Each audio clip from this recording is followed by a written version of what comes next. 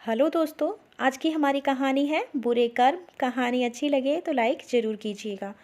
एक गांव में एक किसान रहता था। उसके परिवार में उसकी पत्नी और एक लड़का था। वो अपने परिवार के साथ खुशी खुशी जीवन व्यतीत कर रहा था। जिंदगी में ऐसा मोड़ आया कि उसकी दुनिया पलट गई।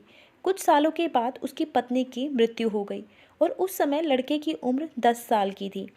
उसे अपने बेटे के लिए दूसरी शादी करनी पड़ी ताकि उसे माँ की कमी ना लगे, माँ का प्यार उसे मिल सके। किसान ने दूसरी शादी कर ली। उस दूसरी पत्नी से भी किसान को एक पुत्र प्राप्त हुआ। किसान की दूसरी पत्नी की भी कुछ समय बाद मृत्यु हो गई। किसान का बड़ा बेटा जो पहली पत्नी से प्राप्त हुआ था, जब शादी के योग्य हुआ तब किसान ने बड़े बेटे की शादी करके अपनी जिम्मेदारी पूरी करने के लिए जल्द ही उसकी शादी कर दी। फिर किसान की भी कुछ समय बाद मृत्यु हो गई। किसान का छोटा बेटा जो दूसरी पत्नी से प्राप्त हुआ था और पहली पत्नी से जो प्राप्त बेटा, दोनों एक साथ ही रहते थे। कुछ समय बाद किसान के छोटे लड़के की तबीयत खराब रहने लगी। बड़े भाई ने कुछ आसपास के वैद्य से इलाज करवाया था, पर कोई राहत न मिली। छोटे भाई की दिन ब दिन तबीयत बिगड़ती जा रही थी और बहुत खर्चा भी हो रहा था। उन्हें उसका खर्चा उठाने में बहुत परेशानियां आ रही थी।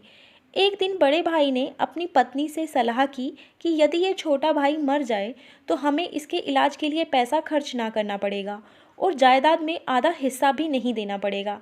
दोनों के मन में लालच आ चुका था। तब उसकी पत्नी ने कहा कि क्यों ना किसी वैद्य से बात करके इसे जहर दे दिया जाए। किसी को पता भी नहीं चलेगा, किसी रिश्तेदारी में भी कोई शक नहीं करेगा कि बीमार था, बीमारी से मृत्यु हो गई। बड़े भाई ने ऐसे ही किया। एक वैद्य से बात की कि आप अपनी फीस बताओ।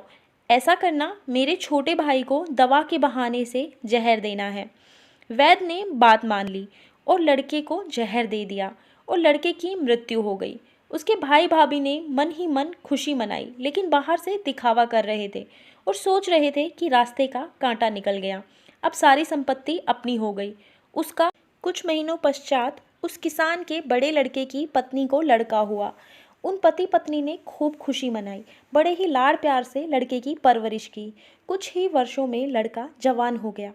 उन्होंने अपने लड़के की भी शादी बड़ी धूमधाम से कर दी। वो दोनों अपने बेटे को बहुत प्यार करते थे। शादी के कुछ समय बाद अचानक लड़का बहुत बीमार रहने लगा।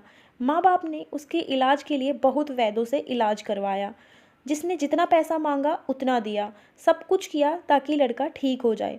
अपने लड़के के इलाज में अपनी आधी संपत्ति तक उन्होंने बेच दी। जितना हो सकता था सब कुछ किया, पर लड़का बीमारी के कारण मरने की कगार पर आ पहुंचा था। शरीर इतना कमज़ोर हो गया था कि अस्थि पिंजर शेष रह गया था। एक दिन लड़के को चारपाई पर लिटा रखा था और उसका पिता और उसके माता उसके पास में बैठे हुए थे। अपने पुत्र की ये दयनीय हालत देखकर दुखी होकर उसकी ओर दोनों देख रहे थे। तभी लड़का अपने पिता को देखकर थोड़ा मुस्कुराता है और बोला कि भाई, अपना सब हिसाब हो गया है, बस अब कफन और लकड़ी का हिसाब बाकी है, उसकी तैयारी और कर लो। ये सुनकर उसके पिता ने सोचा लड़के का दिमाग भी काम नहीं कर रहा है बीमारी के कारण, और बोला बेटा, मैं तेरा बाप हूँ, भाई नहीं। तब लड़का बोला, मैं आपका वही भाई हूँ जो आपने जहर खिलाकर मरवाया था। जिस संपत्ति के लिए आपने मुझे मरवाया था, मुझे अब वो मेरे इलाज के लिए आधी बिक चुकी है। आपकी शेष है, हमारा हिसाब हो गया। तब उसका पिता फूट फूट कर रोते हुए बोला कि मेरा तो कुल नाश हो गया, जो किया मेरे आगे आ गया, पर तेरी पत्नी का क्या दोष है? इन सब में उसे किस बात की सज़ा मिल रही है? वो इस बेचारी को जिंदा जलाया जाएगा। उस समय सती प्रथा थी, जिसमें पति के मरने के बाद पत्नी को पति की चिता के साथ जला दिया जाता था। तब वो लड़का बोला कि वो वैद्य कहाँ है जिसने मुझे जहर खिलाया था। तब उसके पिता ने कहा कि आपकी मृत्यु के 3 साल बाद ही वो मर गया था। तब लड़के ने कहा कि वही दुष्ट वैद्य आज मेरी पत्नी के रूप में है, मेरे मरने पर इसे जिंदा जलाया जाएगा। हमारा जीवन तो उतार चढ़ाव से भरा है, इसके पीछे हमारे अपने ही कर्म होते हैं, जैसा बोएंगे वैसा ही काटना पड़ेगा। धन्यवाद दोस्तों। कहानी अच्छी लगी हो तो लाइक कर दीजिए, ज़्यादा से ज़्यादा शेयर कीजिए, चैनल को सब्सक्राइब कर लीजिए ऐसी ही और कहानियों के लिए।